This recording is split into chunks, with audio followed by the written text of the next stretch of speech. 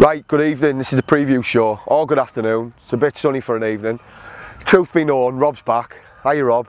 You alright, Foxy? I'm not bad, how was the operation? Good. It's good, and do you know what, I think the truth needs to come out here really. Basically, we look like we're on location, Stewart's Park. But I've got to admit this to you all now, every time we've been on location, it's actually been Rob's shed. He's knocked up some brilliant backdrops, and this is just another one of them. It seems real, but it's a great backdrop. So anyway, let's crack on with what I'm here for. We're not going to talk about the Borough v Forest game, that's not my job. I'm just going to talk to you about Sheffield United. We're going to break it down a little bit, and I'm just going to have a little, as I always do, have a little chat about their season. So where we at? Big game tomorrow, we know that. They're fighting for this promotion more than we are in respect of, if they lose tomorrow, I would say that it's pretty much over and done with for them. They've got a much worse goal difference than us. I think they've got we're plus 12. So that's a couple of points really when you look at it. So they really need to win tomorrow night. They've had an up and down season, played in patches. I kind of think we have too. So, right, so let's talk about Sheffield United. Started the season really well. Obviously they came to the Riverside. I think you'll all remember that game. We beat them 1-0. And let's be honest here, we fluked it, to be honest. They got a goal right at the end, an offside goal, which we'd all agree should have stood. But from that, they got beat again. I can't think where it was maybe QPR or somewhere like that. But then they went on kind of a half-decent run. Like I say, the season's been in patches. They got to just around about before Christmas and they lost quite an influential player for them. Coots, I think he's called, Paul Coots, Scottish guy. Really good midfielder. A lot of the stuff was sort of built around him. After that point, they kind of went on a bit of a bad run. They lost, up until the end of December, they lost 5 of the 10 games that they've lost all season in that short period of time while they were trying to readjust the team. After Christmas, they kind of went on a decent run again. To the point where we are now, where they've been average. They've just got beat at the weekend to Barnsley 3-2. I think most Sheffield United fans will agree, when you watch the game, there were 3 poor goals that they gave away. Realistically though, that hasn't been the story of their season. Holding on to results has been the story of their season. They seem to be giving a lot of goals away in the last 5 minutes. From what I can see, and looking at Sheffield United as a whole, a lot of their games have been given away in the last sort of 10 minutes. But the reverse side of that, and I think many Sheffield United fans would agree with this, is that they've had so many chances this season. I think they're second in the league with the amount of chances that they've created and not actually finished. So that tells you another story about that team. If they'd have actually had the quality up front to finish what they'd started, they wouldn't be hanging on to games, i.e. getting beat in the last minute or throwing games away. I mean, in the last kind of like 2 or 3 months, they've played Bristol City at home, for example, and ended up getting beat. They've had hit the woodwork 4 times. Cardiff away, should have got a drew when they should have got more points. Or Cardiff at home, sorry. Brentford away, should have won, ended up drawing. Norwich at home ended up getting beat. They had loads of chances, ended up getting beat. So the story of their season, as I say, has been loads and loads of chances created, but not the quality to finish them. And then giving games away in the last 5 minutes. Now, looking at it from an outsider's perspective, a lot of their fans feel as if McCabe, the chairman's, let them down this season. They had such a brilliant start, and they've kind of, what they've done is they've played above their sort of level this season. They've become a really organised team. They like to play 3-5-2 a lot. Chris Wilder, who's their manager, he's a local guy, he's a Sheffield guy, and he's a top-class coach. This guy's really, really respected within the sort of the footballing world. I think Nigel Atkins was the manager before Wilder took over, but a lot of fans weren't happy with what he was doing and how he was going about his business.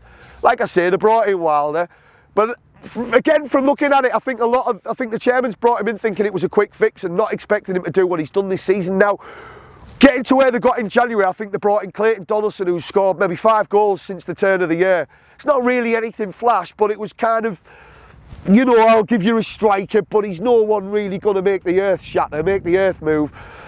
Instead of the chairman really backing him after what they've done. But again, looking at it from an outsider's point of view, it kind of seems as if Sheffield United are one of these teams that they're bringing a manager in and he operates on a shoestring budget, and then they kind of sit back the board and think, well, he's done that this season, why can't he do it again? They really needed backing for me to go up and really sort of cement the run that they'd started. So But within that team, like I say, that's a team that's been coached really well, and that's he's a guy that I'd like to have seen at Borough. I mention Lee Johnson every other week. Neil Harris is another one, you know. But these are people that have coached teams to play well beyond their means. But they haven't had the quality to finish all the chances that they've created, which is why they're in the kind of position that they're in now. Leon Clark, Billy Sharp, elder statesmen in the sort of twilights of the career. They're only 33, 32, 34, but they're the opposite end of the careers now. Leon Clark's got 17 league goals this season, and Billy Sharp's got 12. Top that up with Donaldson, who's got 5. But by all accounts, they should have had a hell of a lot more. They score goals from all over the team, though. Let's be honest about this. They like to chip in. Defenders like to chip in. They like to play with defensive midfielders either side. They're not a team with a lot of width, like I say. They like to play everything through the middle, through Fleck, through Duffy, through Brooks, who played on Saturday, who's another young and up-and-coming kid, 20-year-old English guy, really talented player. But the majority of their good stuff comes through Fleck, who looks like a really good player, and also Duffy. I think Fleck's got around 9 assists, or Duffy's got around 9 assists this season. But, so they're a dangerous team, let's make no balls about this. Regardless of how they've been against Barnsley on Saturday, that was another blip. But as we know, Borough fans, this season, no one above us has really put amazing runs together apart from Fulham. The teams that are really our threats are Millwall, for example, who were 15, 16 games unbeaten, but we've got them coming up. Sheffield United have got Millwall coming up also on Saturday, I think. So these guys, everyone's kind of playing each other and taking points off each other, which is a good thing for when we're inconsistent, as we, you know, as we've seen for a lot of the season. So, Sheffield United, short passing team, like to hold on to the ball, possession team. As I say, they're probably going to play 3-5-2. They may start Sharp up front with Clark, they may not. They may play, for example, they may play with a few more attacking midfielders in there, as I said, Duffy, Brooks, Leon Clark. But they also do like to play with defensive midfielders out wide. Brigcut, I think it is.